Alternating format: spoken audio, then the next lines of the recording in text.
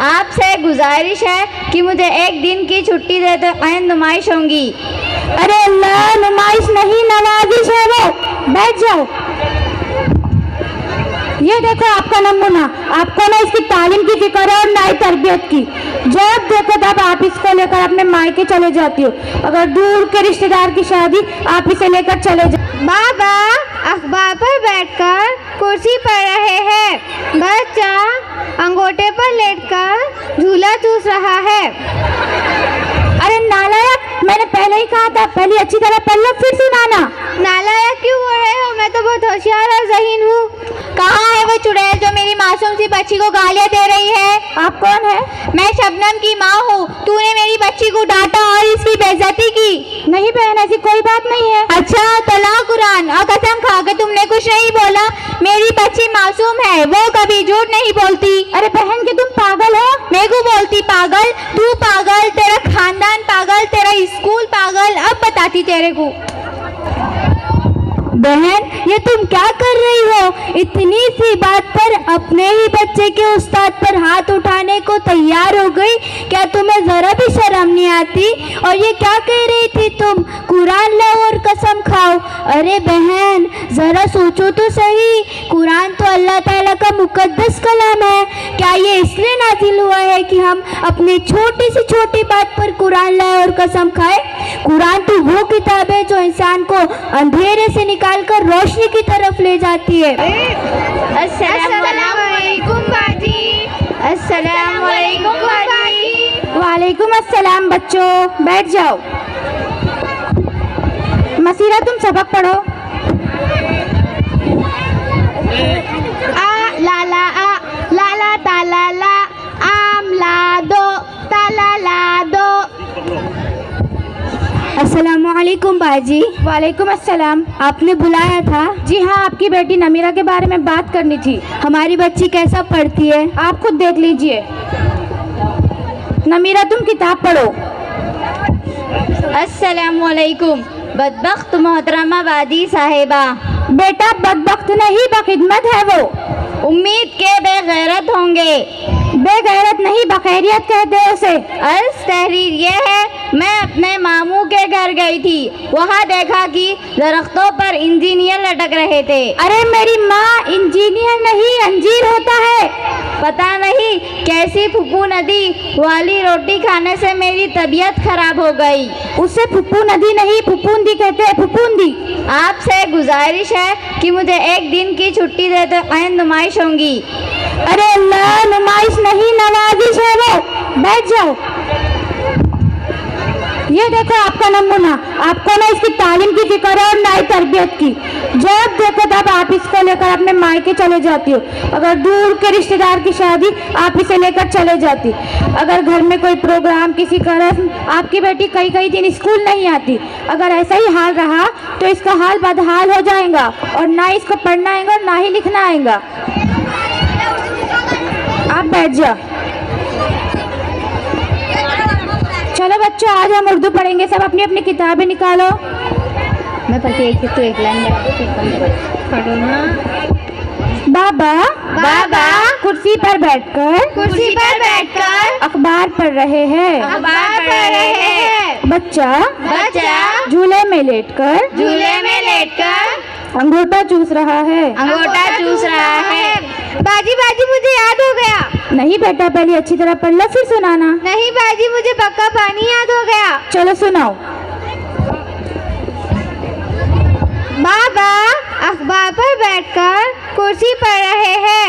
बच्चा अंगूठे पर लेटकर झूला चूस रहा है। अरे नालायक, मैंने पहले ही कहा था, पहले अच्छी तरह पढ़ लो फिर सुनाना। नालायक क्यों बोल रहे हो? मैं तो बहुत होशियार और ज़हीन हूँ। बाजी मेरा एक सवाल है। पूछो। आई डोंट नो का मतलब क्या होता है? इसका मतलब मुझे नहीं मालूम। बाबा आपको नहीं मालूम, फिर आप बाजी क्यों बने? नालायक, इधर है, इधर। शरारत करती हो, जाओ बैठ जाओ। मैं जा रही हूँ मेरे अम्मी को बुलाने।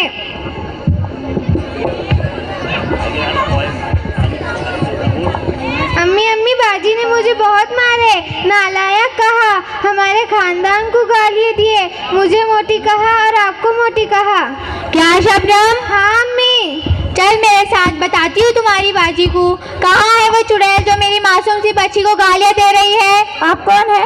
मैं शबनम की माँ हूँ। तूने मेरी बच्ची को डांटा और इसकी बेइज्जती की। नहीं बहन, ऐसी कोई बात नहीं है। अच्छा, तला कुरान और कसम खा के तुमने कुछ नहीं बोला। मेरी बच्ची मासूम है, वो कभी झूठ नहीं बोलती। अरे बहन कि तुम पागल हो? मैं को बोलती पागल? तू पागल, तेरा खानदान पागल, तेरा स्कूल पागल। अब बताती तेरे को। बहन, ये तुम क्या कर रही हो? इतनी सी बात पर अपने ही बच्चे के उस्ताद पर हाथ उठाने को तैयार हो गई। क्या तुम्हें जरा भी शर्म नहीं आती? और ये क्या कह रही थी तुम? कुरान लाओ और कसम खाओ। अरे बहन, जरा सोचो तो सही, कुरान तो अल्लाह ताला का मुकद्दस कलाम है। क्या ये इसलिए नाजिल हुआ है कि हम अपनी छोटी से छोटी बात पर कुरान लाए और कसम खाए? कुरान तो वो किताब है जो इंसान को अंधेरे से निकाल कर रोशनी की तरफ ले जाती है। और जो तुम हर हाल में अपनी बच्ची का साथ दे रही हो ना, चाहे वो गलत ही क्यों ना हो, यही वो गलती है जो एक दिन बच्चे की पूरी जिंदगी बिगाड़ देती है। याद रखो, माँ की गोदी बच्चे का पहला मदरसा होती है, वही उसकी पहली उस्ताद होती है, वही उसकी पहली रहनुमा होती है। अगर माँ सच बोलना सिखाएगी तो बच्चा सच बोलेगा, अगर माँ अदब सिखाएगी तो बच्चा बाअदब बनेगा। लेकिन अगर माँ हर हाल में अपनी बच्ची की गलती पर पर्दा डालेगी, उसकी हर बात को सच मान लेगी, तो वो कल यही समझेगी कि वो जो चाहे वो करे, उसे कोई रोकने वाला नहीं। सोचो, अगर आज तुम अपनी बच्ची को छुपा लोगी, उसकी हर बात को सच मान लोगी, तो कल वो यही समझेगी कि वो जो चाहे वो करे, उसे कोई रोकने वाला नहीं। तुम कहती हो तुम्हारी बच्ची मासूम है, वो कभी झूठ नहीं बोलती। बहन, हर माँ को अपनी बच्ची मासूम ही लगती है, लेकिन समझदार माँ वो होती है जो अपनी बच्ची की गलती को पहचान ले और प्यार के साथ दुरुस्त रास्ता बताए। औलाद तो अल्लाह ताला की बहुत बड़ी अमानत होती है। अल्लाह ताला ने माँ बाप को इसलिए जिम्मेदार बनाया कि वो अपने बच्चे की अच्छी से अच्छी तरबियत करे, उन्हें सच बोलना सिखाए, उन्हें बड़ों का अदब सिखाए और उस्ताद का एहतराम सिखाए। क्योंकि उस्ताद वो है जो हमारे बच्चों को इल्म देती है, उनकी शख्सियत बनाती है, उनके मुस्तकबिल को रोशन करती है। अगर हम ही उस्ताद की इज्जत ना करें तो हमारे बच्चे अदब और एहतराम कहाँ से सीखेंगे? इसलिए बहन, ज़रा अपने दिल पर हाथ रख कर सोचो कि तुम क्या कर रही हो और तुम्हें क्या करना चाहिए। तुम अपनी बच्ची से मोहब्बत करो, ज़रूर करो, क्योंकि माँ की मोहब्बत से बढ़कर कोई मोहब्बत नहीं। बहन, मैं तुम्हें कुछ माओं के वाक़यात सुनाती हूँ जिनकी तरबियत से इनकी औलाद नेक बनी। हज़रत शेख अब्दुल कादर जिलानी पिराने पीर का नाम याद है? बचपन में डाकुओं के सामने भी अपने माल को बचाने के लिए झूठ ना बोलना, ये कोई वक्ती नेकी नहीं थी, ये माँ के गोद में दी गई तरबियत थी। इनकी माँ ने सच बोलने का वो सबक दिया था जिसने एक अब्दुल कादर को गौसे आज़म बना दिया। ये किरदार यूँ ही नहीं बनते, इनके पीछे भी एक माँ की तरबियत होती है। दावत व तबलीग के आलमी काम को देखिए। हज़रत मौलाना मोहम्मद इलियास रहमतुल्लाह, जिनके ज़रिए अल्लाह ताला ने पूरी दुनिया में दावत व तबलीग का काम पहुँचाया।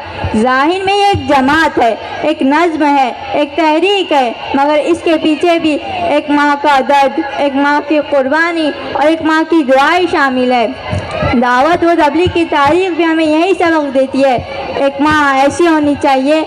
ज़रा मौजूदा दौर की मिसाल लीजिए। हरम काबा के इमाम शेख अब्दुल रहमानुल सुदैस हफीज़ुल्लाह, इनके बारे में है कि बचपन में जब वो शरारत करते तो इनकी माँ दुआ और मोहब्बत के अंदाज में कहा करती थी, जा तुझे अल्लाह हरम का इमाम बनाए।